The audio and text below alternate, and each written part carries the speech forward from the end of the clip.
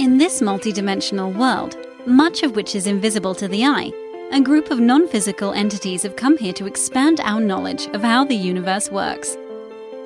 These non-physical teachers are called Joshua, and they convey their teaching through Gary Temple Bodley. Each week, Gary, with a selection of law of attraction experts, open up a roundtable of thought-provoking discussions surrounding the teachings of Joshua. Joshua's intention is to bring clarity to the listeners through the ever-expanding law of attraction by looking at reality from a new perspective. Welcome to the Teachings of Joshua Roundtable. Welcome to the Teachings of Joshua Roundtable. I'm your host, Gary Temple Bodley. Today it's Halloween 2015. Happy Halloween, everyone. If you were listening to last week's show, you were right there in the middle of our discussion about manifestation events, when we had our very own manifestation event right in the middle of the show. If you missed that episode, I'll catch you up to speed. Joshua introduced the concept of manifestation events in the third chapter of A Perception of Reality. A manifestation event happens to alter your beliefs or does something to move you in a new position relative to what you want. The universe sets it all up based on what you've asked for.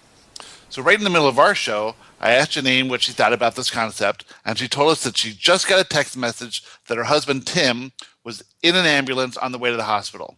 Talk about timing. Steve and I finished the show without Janine. Today we'll talk about what happened to Tim and try to analyze the manifestation event from everyone's individual perspective. We will also talk about an interesting question that has been presented about relationships and hear Joshua's answer. Remember, if you'd like to ask Joshua your own question, please do so by visiting the website at theteachingsofjoshua.com. So on the roundtable today, we have Steve Finizza. Hi, Steve. Hey, Gary. And Janine isn't with us today, but will rejoin us next week. So before we go in and talk about our manifestation event that happened last week, let's just go and do our normal thing where we talk about the quote of the week. Do you have that quote up there? I do. Okay. The quote of the week is, "Once you come to understand the tone of your vibration in the present moment, you can expect your reality to resonate with your current tone." So I wish everyone could see what we're looking at here. Deborah Jo put together this picture, and it's on the website too. So it's there's a page of quotes, and there's all these great pictures. And this one is a selfie that was taken by this woman as she was hiking in the mountains of Georgia. And there's a big explanation about it, but she had come across a bear, and so she moved away from the bear and went to a whole nother part of the forest. And so she sat down to meditate, and she asked her spirit guides to protect her while she meditated. And then she was like feeling so good about everything, she took a selfie of herself with her cell phone. And when she took the picture on her screen, she saw her face perfectly, takes the picture, looks at the selfie, and there's these, how would you describe them, like glowing lights. Yeah, like these just bright white lights. Yeah, it's really pretty incredible. So take a look at that. So anyway, this has to do with your vibration has a tone, and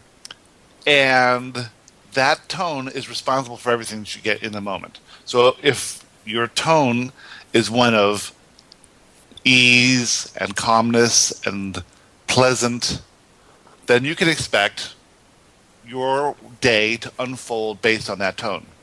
If your tone is one of anticipation or angst or worry, then things will unfold based on that tone as well. And remember, it doesn't have anything to do with anyone else. It's all your tone. This week, go ahead. And I was going to say, if you're not aware of your tone, just look around and see what you're experiencing, because that's going to be a direct reflection of your tone. See how people are treating you while you're driving or in the supermarket. Sometimes I go to the supermarket and I just see all these beautiful people and everyone's so nice. And other times it's like I can't find anything and there's big lines. Oh, but, I'll start my morning, let's just say not on the right foot, and I just hope I make it to work without just survive getting to work because it's so obvious that I'm not in a good mood because everything just seems to go wrong. And it's like, it's kind of funny. I laugh now because I know it's me creating it.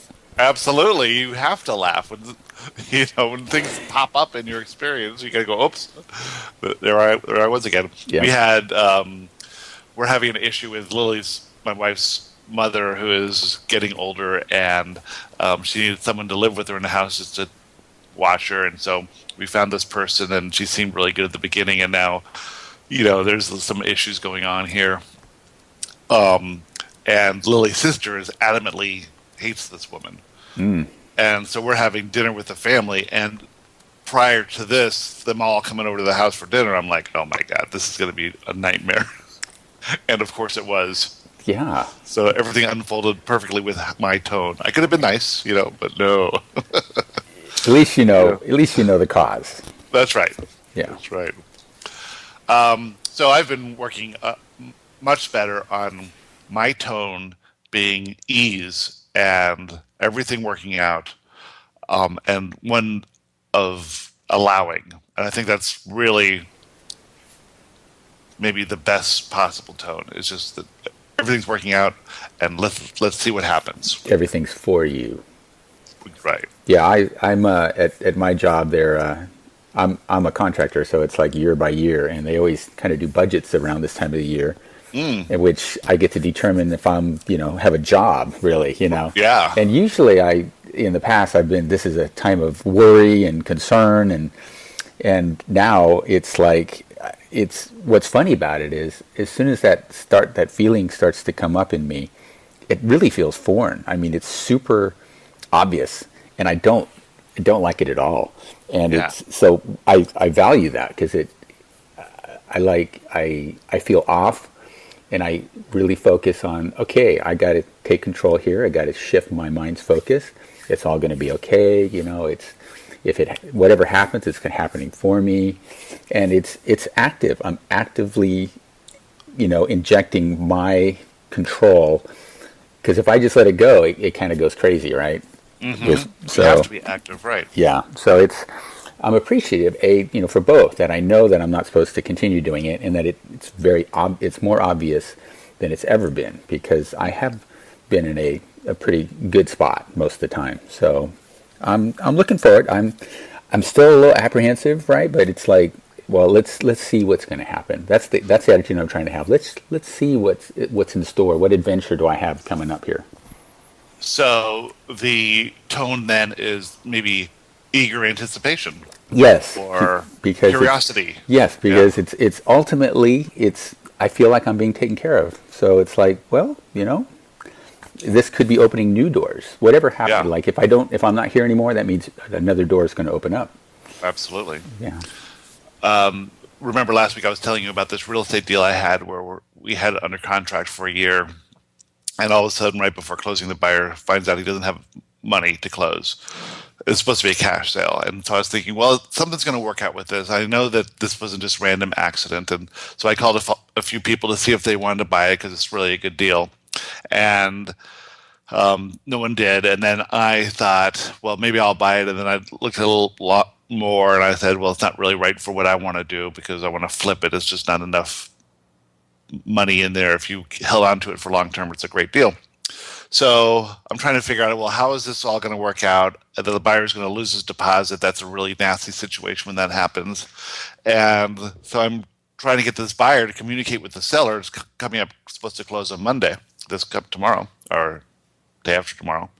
And so I'm thinking, how is this going to work out? Well, let's just relax. Something's going to happen. And so I asked the buyer to just write an explanation of why he couldn't buy it, so that I can send it to the seller and let the seller know it's not going to close. And so he writes this explanation, and I send it, and then he writes me another one saying, see if the seller will do any owner financing, which never really happens. But I said, on this thing, I said, on the off chance the buyer still wants it, he thinks he'll get the money in, say, 6 months. Would you finance it? And the guy says, sure, no problem. Gave him this great loan at 5%. It was unbelievable. Wow. So the whole thing's working out and closing. Very And I cool. never would have saw that happening. I would have been like, my old self would have been fighting this the whole way through, and just by allowing it to work out, something happened which I never imagined could possibly happen. That's how it works. Yeah. So I think that those of you who had listened last week and saw Janine leave abruptly right in the middle as she got a text that her husband Tim, and one of my best friends, was on his way to the emergency room. It was sort of a little, something unusual. I mean, how could this happen? We do this show 1 hour a week in the morning, and of all times for this to happen, it's on a weekend. He's working, and while he's measuring a house, he backs out of a corner and falls into the pool and hits his back on the coping, and his legs go numb, so they don't move, and people have to jump in and pull him out of the pool. And they put him in an ambulance and take him to the hospital. But we don't know anything, right? All we know is that he's on his way to the hospital.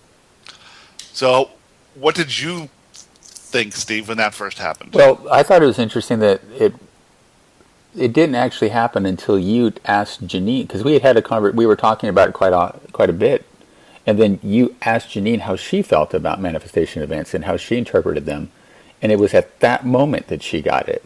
Right, in the middle of the there, show. in the middle, right then and there.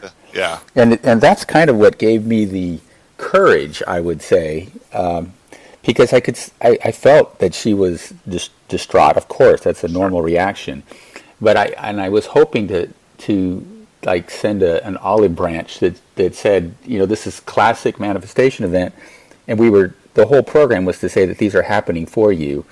right. So I got the courage, because when people are experiencing life like that, they don't typically want to hear, oh, this is a good thing. If anything, they want to punch you in the face when they hear that, because it's like they're worried, their loved ones are, and to actually go there, I think maybe I could see a Buddhist monk, maybe able to do that, but Right. us mortals, that's very challenging. So I felt like it was a risk to do that, but I felt with the program being what it was about, I had to at least try. And it sounds like when she was able to contemplate this later, because at the moment, like you said, she didn't hear it. Right. It was. But it was so cool that you said it, because I didn't even want to go there. Even though we were talking about it, I didn't want to go there. I'm like, oh my God, here we are in a life situation. We know how this is working, and yet we're still programmed to the old way of being, where you don't want to say things, when people are in the middle of a crisis. But absolutely, it turns out that what you said, not only for Janine and me, but for all the listeners, was the perfect thing to say. And as it turned out, she reflected upon it and said, change your whole perception of what was happening. So Janine isn't here, and we've texted. We haven't talked since last week, but she wrote this email saying how she didn't hear it in the moment, but when she was in the hospital, she could look at it and think, wow, things are going to work out. So put her in a whole different frame of mind, I think. Yes, I think she definitely, based on her email, I got that sense her vibration has kind of shifted, and she's now looking for in eager anticipation of what the silver lining will be in all this. So we'll talk about Tim. He's a painting contractor, has a big painting company, and he's actually out measuring a house and giving an estimate on a house, which I don't think he even does it that often. So it's sort of a rare thing for him to do. And on a Saturday, it's probably even more rare. So he's in a tight spot. He backs up. He falls into the pool, hits his sacrum, which is right above the coccyx, the bottom lower back, and fractures it. And at the time, I think he couldn't move his legs too, so he was like slipped under the water, and I think they had to grab him. They put him in a ambulance, took him to the hospital, and he was in a lot of pain. But there's no surgery for that. It's like breaking a clavicle or places that you just can't. You just have to rest. So he's going to be resting for a while. But he's ultimately fine. And turns out that he had a back injury 4 years ago, I think it was, that has been really, they weren't able to do anything to help him. And they were pretty much saying he's going to have to live with the pain for the rest of his life. So, in the result of this accident, he gets an MRI and he has a new surgeon, and the new surgeon thinks that there's something tangible that can be done. So, I think not that this is a silver lining, I think this is the very point of this whole manifestation event for Tim. I think Tim is going to come through this and have this procedure done and be in a much better place, because that is what he's wanting. He's wanting to get, to be pain free. And this is the manifestation event that leads to that goal. Now, but it's a manifestation event not just for him, but for Steve and me and Janine. Right. Yeah, so we'll have to ask Janine what her manifestation event was, which I think is that we'll find out. We'll ask her what she thought of it. I don't want to go into what she might think, but for me, while it happened on the show, I knew that Tim was okay. I had no problems at all. I had no negative emotion, and so my beliefs were completely aligned with what I'm all about. And I knew that the timing of this happened for a reason, that there's no coincidences, and that the universe came together to make this show even that much more interesting.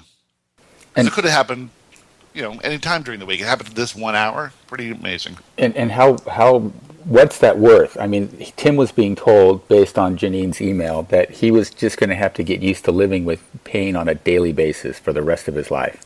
Yeah, he's 50 years old, so you're talking 30 to 40 years. Yeah, and then so to go from that to pain-free, I mean, that's priceless. Exactly. Yep. And for you, you had this ability in the moment of a crisis to say the one thing that helped by far the most, which took a lot of courage and something that you maybe not would have done in the past. Well, one of the things that Joshua says I come here for is to overcome fear. I get exhilaration out of it. So that's what I got out of it. Did you feel exhilaration? I did. I was proud of myself for I'm doing this more and more. I'm starting to, I was always the closeted spiritual guy. Nobody, even fairly close friends know nothing of this. So as I'm going about my daily life, I'm kind of coming out a little bit more and more. And so far, it's an irrational fear, as Joshua says. So I haven't had any negative things come up of this yet. So I'm in the same boat as you. I mean, when this, whoever thought I'd ever be a channel, and so I had to come out of the closet to people, my father and best friends I've known since high school, and say, yeah, I'm now a channel. And nothing but positive. And it's just amazing that these people that have known me my whole life, who would never think that I would be able to do this, are totally Joshua fans now. And supporting you. And completely supporting me. Yeah. That's very cool. Yeah. All right. So as we go into today's topic, it is the second chapter in A Perception of Reality, which is emotions, feelings, and thoughts. So, A Perception of Reality was the first book that Joshua wrote. And Joshua's teachings began very generally, and then they get more and more specific as you go along. But they are an expansion of the idea of law of attraction and what other people have been teaching for maybe the last 30 years or so. We're stepping into a new era. And so Joshua, in this chapter, talks about how emotions, feelings, and thoughts work together to create manifestations. So it's a basic like how do things manifest? Well, they manifest from the combination of your thoughts, feelings, and emotions. One thing that Joshua points out is that you do not create thoughts, you attract thoughts. And you attract thoughts by your vibration, which is, if you look at it that way, it's sort of empowering because every thought is out there. And if you reach vibrational resonance to the thought, then that thought or idea or something new can come to you. If you think that you have to create every thought, you have to create every idea on your own, then you can think that, you can have this belief that there are certain ideas that will never come to me because I can't think of that idea.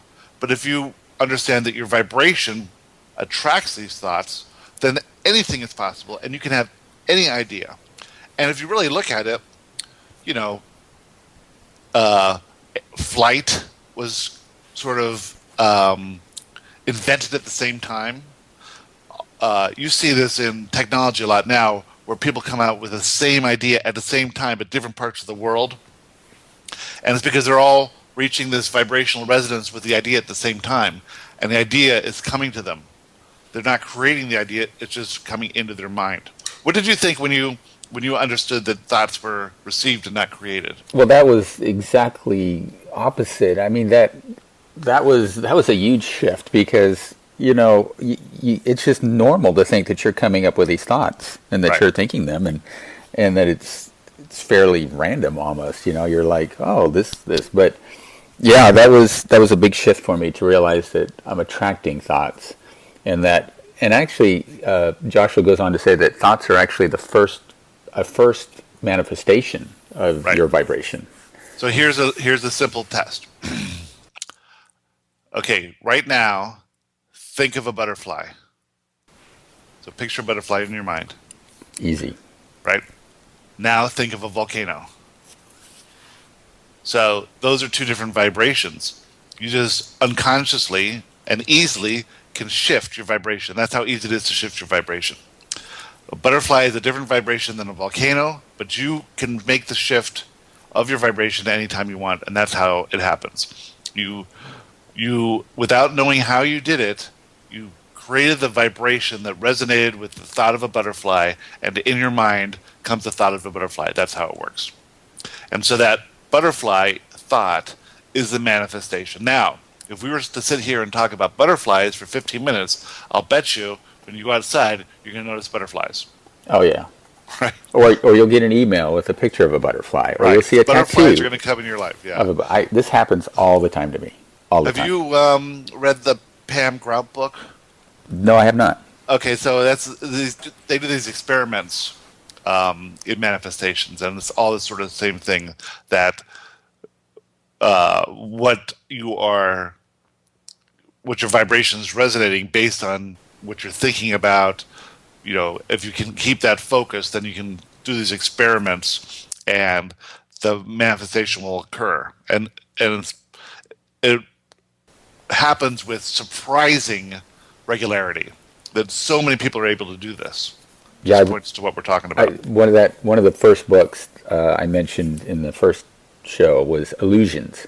Yeah. And he goes with the example of thinking of a blue feather, and he introduced that concept. So I used to, in my 20s, I would play with that concept of trying to visualize something and then see how many times it would appear in my reality, and it was confirmation for me that this stuff works. And also, there was no resistance in that. It's super easy to think of a butterfly or a blue feather, and then when you notice it, you'll say, "Well, isn't that a coincidence that that butterfly came by or that blue feather?" But really, you manifested it. But there was no resistance. But if you said, "I want to concentrate on winning the lottery," well, there's tons of resistance about that. Yeah, you think about, well, what are the odds? See, I know too much. It's not possible, right? Yeah. Yeah. And what happens if I get all the money? Then what am I going to do? Yeah. Am I going to share it with my wife or find a new one? Of course, share. Of course. Of course, share, honey. Yes. Of course, I'd share. If you're listening to this, Yes. so now, so we have thoughts, feelings, and emotions. So we were talking about feelings before, and the feeling. Well, that's Well, like the quote, your tone is of your vibration is sort of the feelings, and right? before we move on, I wanted to Uh-huh. also mention that Abraham says like genius, like Einstein.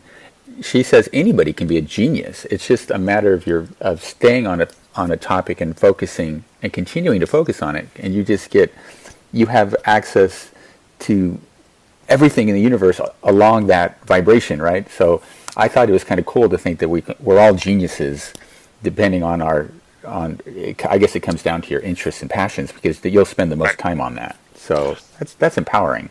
Yeah, and as Joshua goes along and talks about education and how people learn, it really goes into this that the ideas and thoughts are attracted by your focus of your attention. And that's right. Anyone can be a genius if they believe they can. You know, Einstein never for a minute thought that that he wasn't a genius. As long as you are allowed to pursue your interests and passions. I listened to this show called This Week in Startups, and it's all about these new tech companies that are starting up, and all of them are started by kids under 30 years old, right? Right. And these guys are talking about the subject that they're interested in with such clarity and poise. And there's one kid who was 24 years old and started this company, and he was considered a thought leader in that area. And he's saying, well, you know, know more about this than anyone does. I've been focusing on it for the last 6 years. So for me, it's very easy to talk about it. And I am a thought leader in this, and there's no one on earth that knows more about it. And he's 24. And he's 24, right? Yeah. Yeah. So there's no age issue about learning things and getting to be a genius or an IQ. I wonder how IQ works. I think IQ, if you have high IQ, it just means you're allowing more higher level ideas to come in, and you don't have resistance against being intelligent. Or it's just that those IQ tests, I think you have those are certain types of questions and that you have an interest in, and that you go. Einstein, I believe, did not fare well in school. I remember reading these quotes that he was considered slow at times. So it goes down to interest. Yeah, very interesting. All right, so how does feelings work into this? Well, I guess feelings are like your tone, and if you're in a low emotional state of being, if you're not feeling good, then you have access to low emotional thoughts, and therefore you are going to manifest things that vibrate with your low emotional state of being. So people who are depressed are just going to get more depressed because they're attracting more depressing thoughts, and then things are showing up in their lives that validate their feelings of depression. And conversely, if you are open and engaged and excited about life and interested and passionate, you're going to be open to new thoughts that take you further into what you are interested in. And that's also why you don't have, when you're in a low depressed state, you can't even have access to those thoughts of joy. Right. Because they're outside. Off. Yeah, it's outside the realm of what you have access to as far as attraction. So it's to switch your scale, you have to just kind of go to the top of whatever you can at the moment, right, and then just kind of ride that up. Yes. This goes back to being able to control your thoughts through through meditation. I think for me has been the best way to do it. But realize that, okay, I'm not feeling good now. What can I think about right now that will make me feel a little bit better, and a little bit better, and a little bit better? Then that gets to be a habit. And once that's a habit, then it's pretty easy to get out of these states of being. I like the example that Joshua uses in the book where he says if you're like really in a good mood and I think you're at work or something and you trip and fall, you would probably laugh about it. Right. But if you're at work and you're feeling insecure and not in a good place, you trip and fall, you're going to feel very negative about that. Right. Exactly. I love that one too. That was really good. Or same thing when you're in a bad mood or you're angry and someone makes a joke about you or tries to teases you, you're going to get even more angry. But if you're in a great mood and having fun with everyone and someone teases you, you'll take it well. It's not a problem. Not a problem at all. Yeah. Yeah. So the third leg of this manifestation stool is emotions. So your emotions let you know if your state of being, if you're I'm sorry, focusing on what ultimately you want or the opposite of what you want, Well, it's are you in alignment with your inner self? or alignment with what you want, right? So it's Which so is like your your inner desire? self is aligned with what you want. Yes. You say, I want to have a relationship. I want to meet somebody and fall in love. And so something happens and you feel negative emotion. You're focusing on that subject of that, and that's the manifestation event, in a way that's not aligned with how you need to be in a relationship. This is hard for us to explain this. Yeah, you need to. Well, Read the book. I think you introduced two things. It's like when you think a thought, you instantly know based on your emotion if you're in alignment Right. with your higher self, which is another way of saying because your higher self or your inner self knows your desires Right. and is leading you continually to them, Right. and so based on your current thought and your emotion, you know if you're in alignment with how he or she or your inner self is thinking. Now, the manifestation event that comes up, if you see it as a negative, that is being presented to you also by your inner self to let you know that you have a limited belief that is keeping you from your ultimate desire, and you need to change that so that you can become the person who's ready to accept what you want. Very well said. So that's the challenge anytime something comes up, like, any manifestation event that you Hmm. perceive, find the perspective that aligns with your higher self on that. The interesting thing too is that thoughts are manifestations. Yeah, It's the first manifestation, right? right. And Exactly. then, but thoughts are non-physical. So non-physical appears immediately, and then the physical, there's this lag of time that will appear. So if you're thinking about something you want and you are allowing it to happen by releasing resistance to it, then it will show up. It has to show up, right? That's just the law. There's nothing else. It can't happen otherwise. If you were constantly thinking about what you don't want,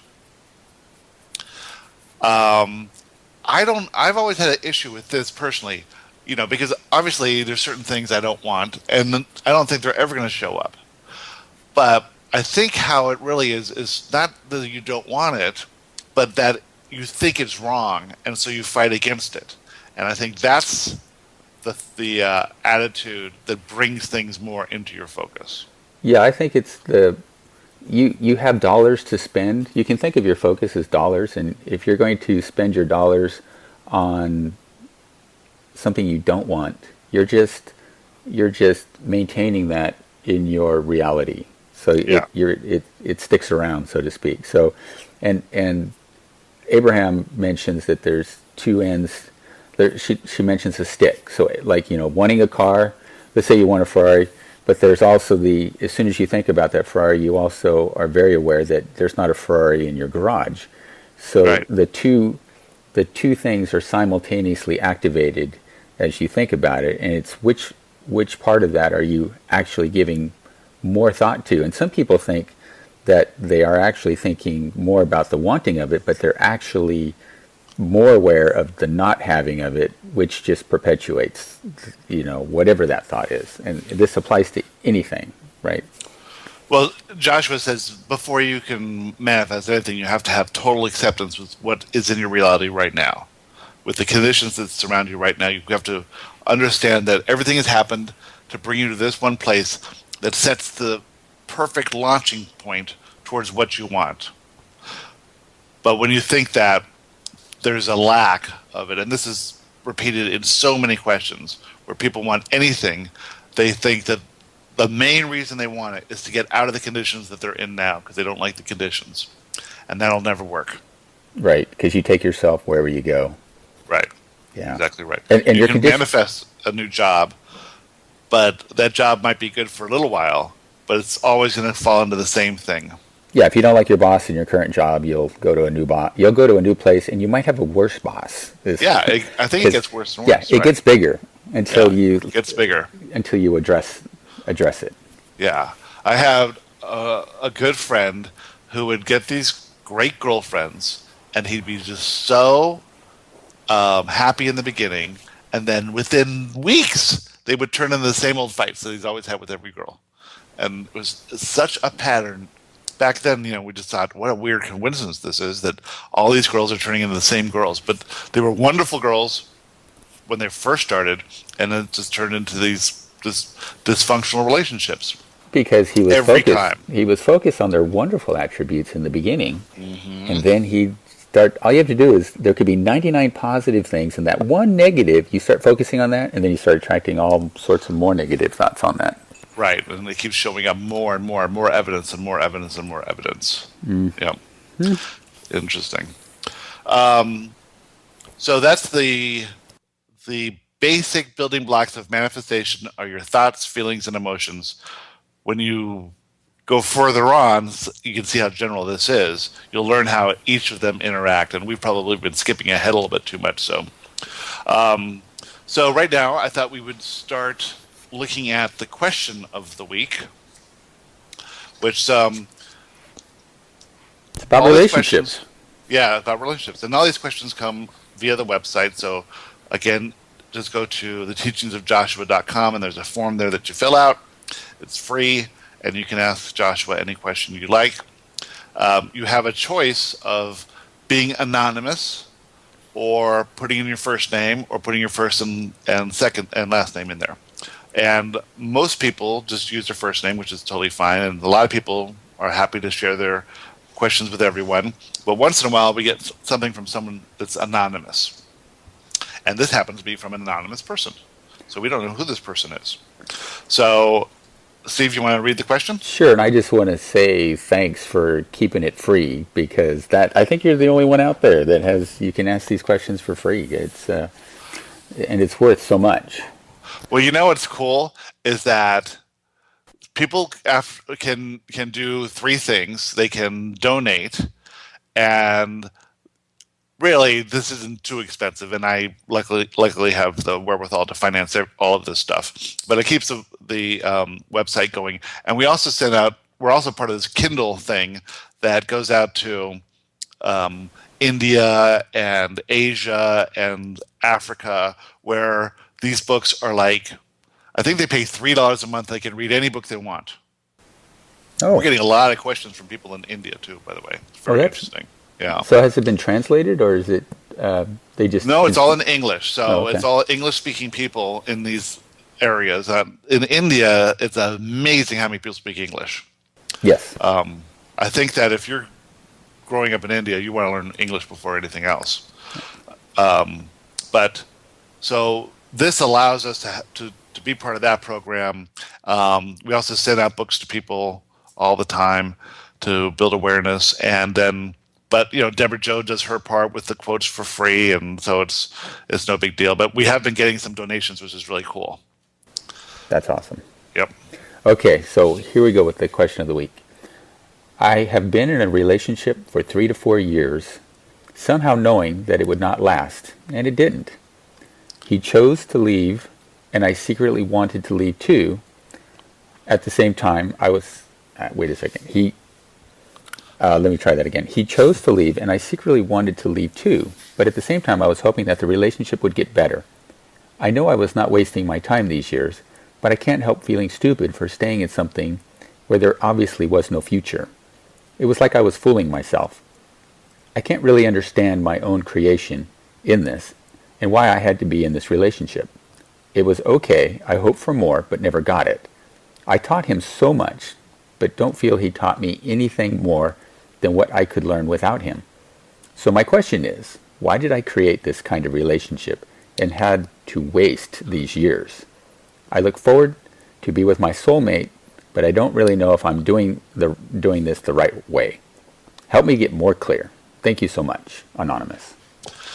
Okay, I think that's a very common question, and a lot of people probably went through the same thing.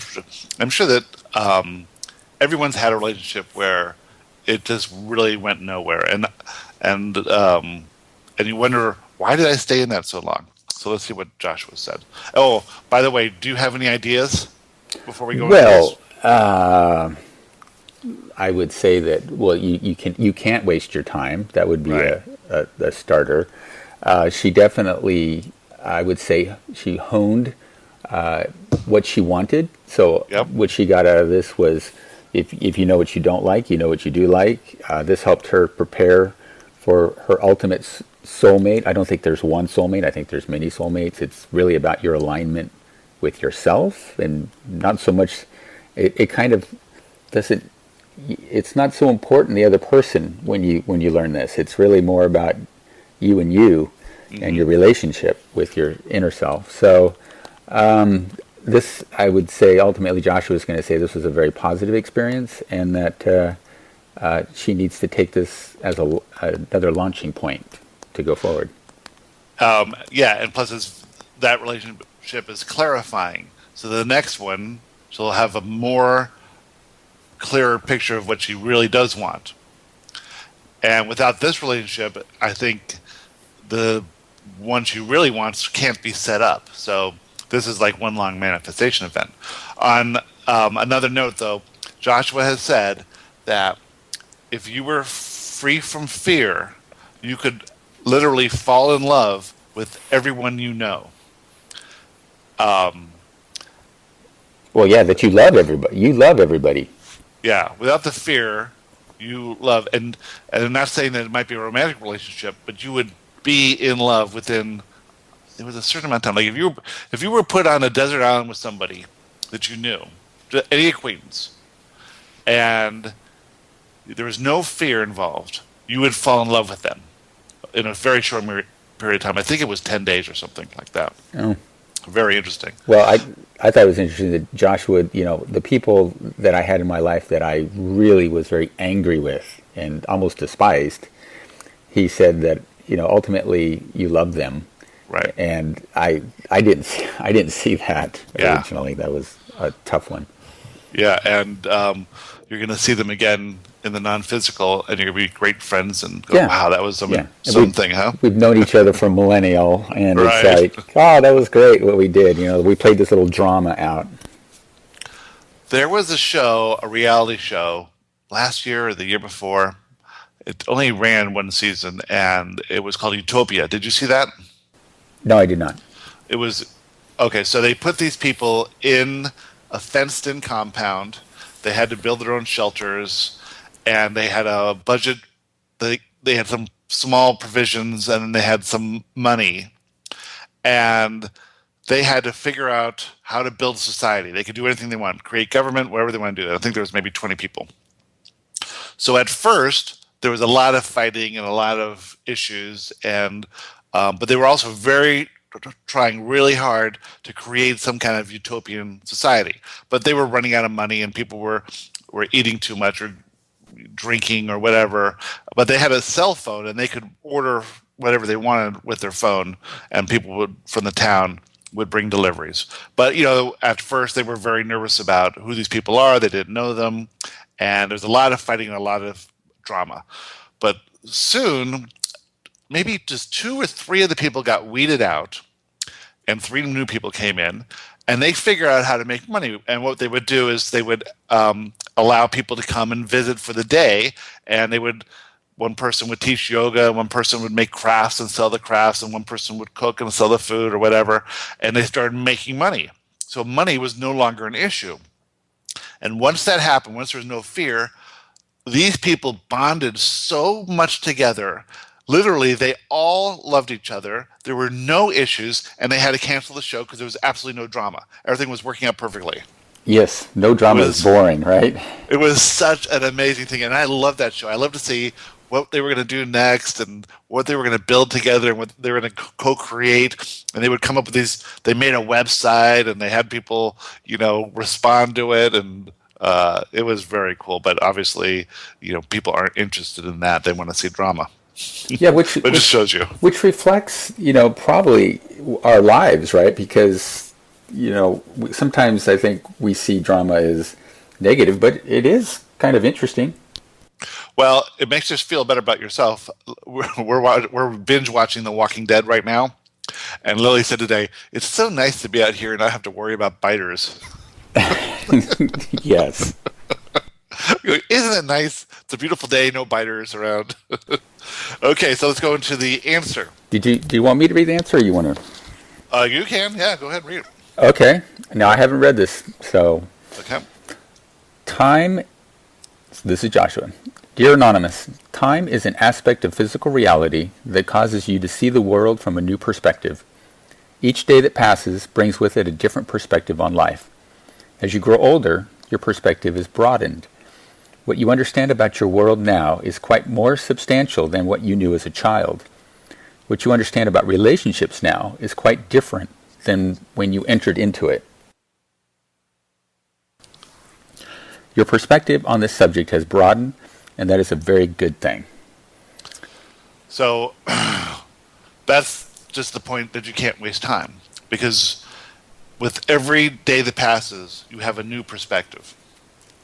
And with this relationship, even though it lasted 4 years, at the end of that relationship, she has been changed by it. I'm assuming it's a she, I don't know.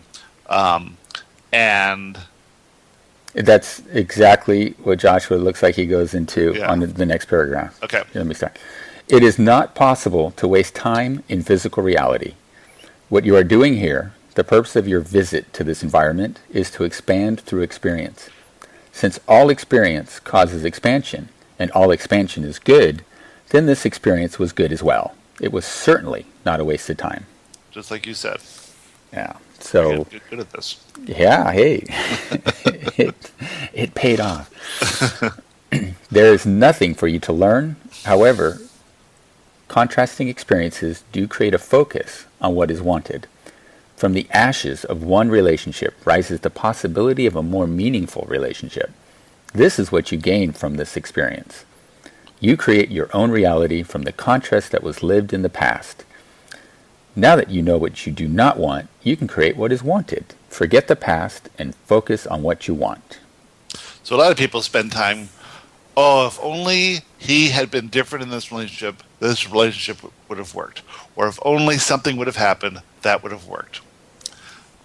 So when you're dwelling on the past, you're not really focused on what you want. So you have to forget the past. Well, what's good about learning about the laws of the universe is that you have negative experiences that show you, well, I wouldn't say, let's say everything's neutral. It's hard to talk with all this. But you have an experience that we're supposed to sift and sort. So it's good to know that you're not supposed to, just don't give any energy to what you don't want. Right. As soon as you discover it, just bounce over to the other side, what you do want, and then stay on that. And that's we're not told that, right? So how would we know, to not continue dwelling on the negative, so to speak? So this is good stuff. Telling you now. Yes, exactly. Now that we know, the rest of our lives is going to be just fantastic. Peaches and cream. Okay. So then, as a result of this relationship, what do you seek in the next one? What feels good? What aspect of love would you like to explore? Are you looking for someone who loves you, or are you looking for someone to love? Think about the attitude you are putting forth. Are you reserved and cautious? Are you excited in anticipation? Which attitude will create an environment that will attract the relationship you want? Think about this for a while before you begin a new relationship. So this is such a good paragraph because so many people who get out of a relationship are feel damaged by it. They feel scared to get into a new one. They have this fear that one didn't work out, the new one may not work out, that sort of thing. And so your attitude going into it really is going to dictate what happens next. Yes. So, and can you imagine how different things are going to be, years from now when everybody knows this and people are breaking up and they're celebrating, or it's just it's going to be neat. So another part of this paragraph says, are you looking for someone who loves you, or are you looking for someone to love? That is a completely two different ways to look at things. Most people are looking for someone who will love them. Yeah. But you have to look for someone to love and then not worry whether they love you or not, because basically you make that up anyway. Yeah, that's a tricky one to understand. Yeah. Okay, I'll go on. Okay. Your past relationship was an exact match to the vibration you were emitting. You attracted this relationship whether you knew it or not. How you felt about yourself on the inside matched what was presented in this relationship. Now that you have altered your vibration, the relationship no longer exists. You changed your vibration based on the experience you had. You are now sending a new vibration. Are you consciously aware of what you are sending? Right. So when something is in your life, you're a vibrational match to it. When it's not in your life, you're not a vibrational match to it. I think of my first wife and how quickly things changed, and how I can't even imagine that I was married before. And compare her to Lily, those are two completely different people. And so obviously I was a completely different person back then as well. Yeah, and Joshua describes it as you actually go into another reality. You shift into a whole nother reality. Right. Which is way ahead. Yeah. Yeah. But sure, you've shifted into a new place. Your vibration is a completely new place. The reality is different. Therefore, the relationship no longer exists. The person may still be in your life, but that relationship is not there. You have a new relationship because it's a new reality, and now you're ready for something new. So you've expanded as a result of this relationship. Therefore, you're in a different vibration, and you're ready for something new. And is that new thing going to be absolutely perfect?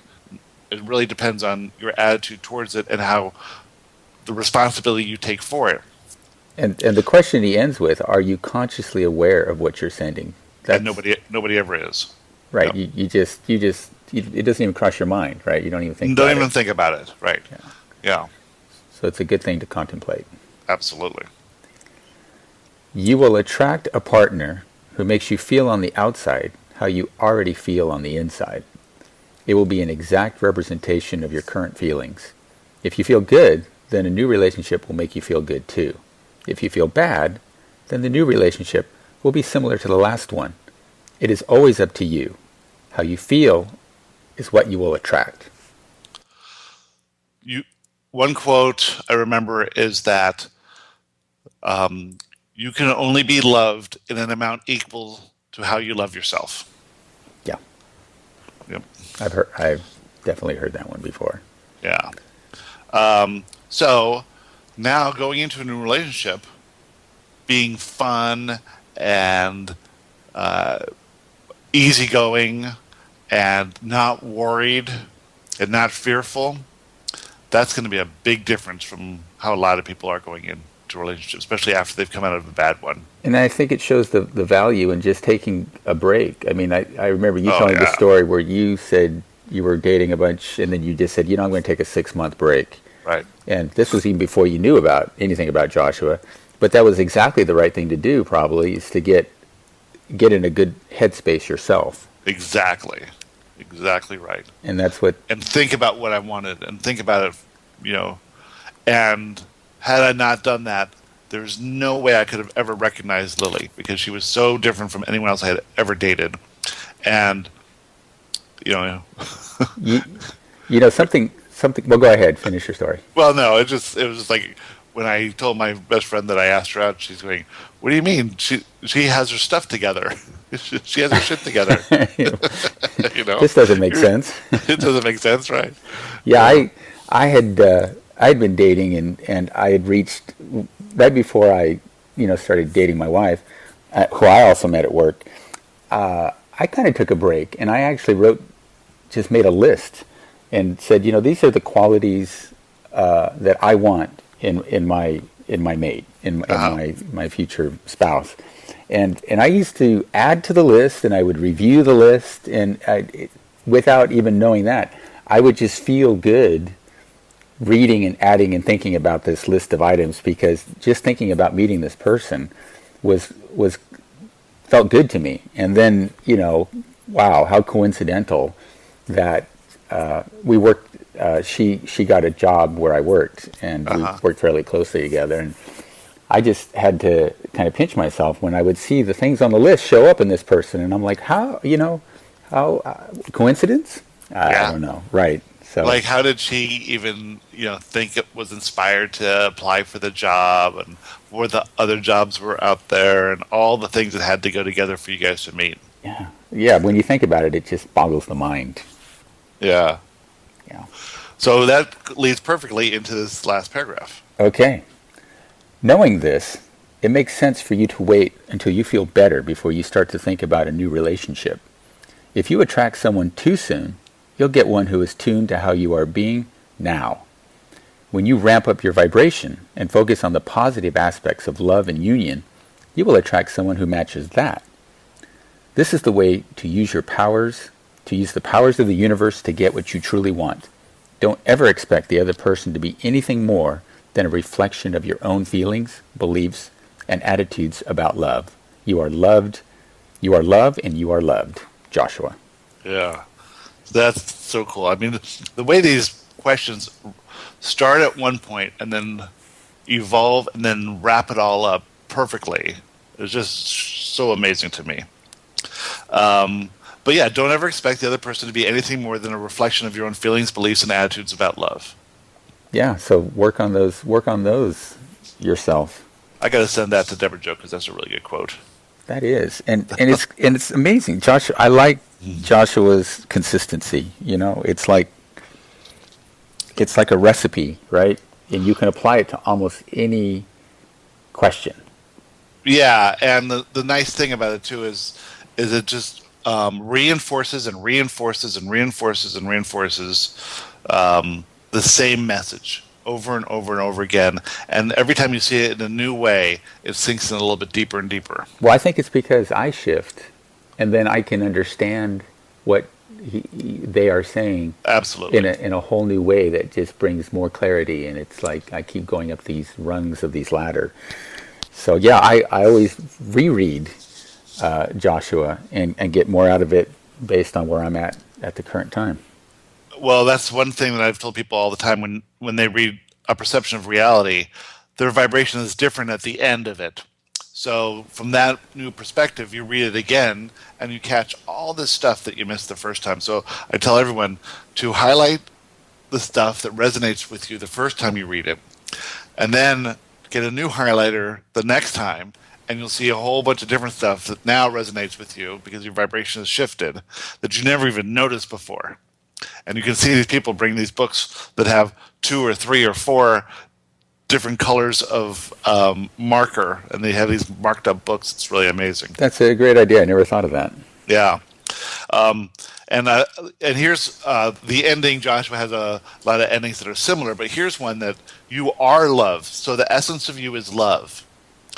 And you are loved, where we sort of can count on the fingers the number of people that love us, but there are untold gazillions of those who are tied to us eternally in the non-physical, who are completely fascinated by every aspect of our life and are rooting us on and love us. And that's who really loves us, and of course our inner self loves us. So yeah, and he says that it's like unfathomable, and I can't even say the word unfathomable. Yeah. How many are out there supporting us, and it makes you feel good when you really sit down and think about that. Well, we feel alone. I mean, this reality is this individual thing, where non-physical is you are never individual. You could be individual, but you never are. You never choose to be. You choose to flow in massive fields of energy, focusing on whatever you want to focus on in the moment with other people who want to focus, not people, but other entities who focus on the same things, and you're as one. And here we are individual, and we count. So we can count up to, say, 1,000 maybe. and anything beyond that makes no sense to us. And so you feel like, okay, I can count, and you probably take inventory of people that would care about you if you died, right? Right. And maybe that's 100 if you're lucky. Right. But that's pales in comparison to how much you're truly unconditionally loved from the non-physical side. And if you can tap into that, then you just have this attitude of confidence. And confidence is really the key approach to life, is being fearless and confident. Yes. And I think it makes sense, like in my deepest, darkest, depressed moments, you do feel alone. And if you think about how off that is from what your inner self knows, it would make sense that you would feel really, really bad when you felt that you were all alone. Right. Because it's totally opposite of what the truth is. Have you ever, I can remember being a kid and going, nobody cares, and crying, nobody cares about me, and just feeling how bad that is, because there are, you are nothing but loved. You are totally loved. Well, I don't have to go back to when I was a kid. I would just go back to like a year ago. Nobody loves me. Nobody loves me.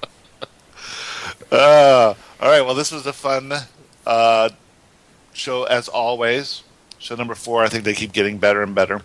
I don't know if we get better, but this time goes by so quickly, and it's so much fun that it's just like two guys having a conversation, and I think that people are enjoying that. I get emails from people all over the world who are having fun listening to us.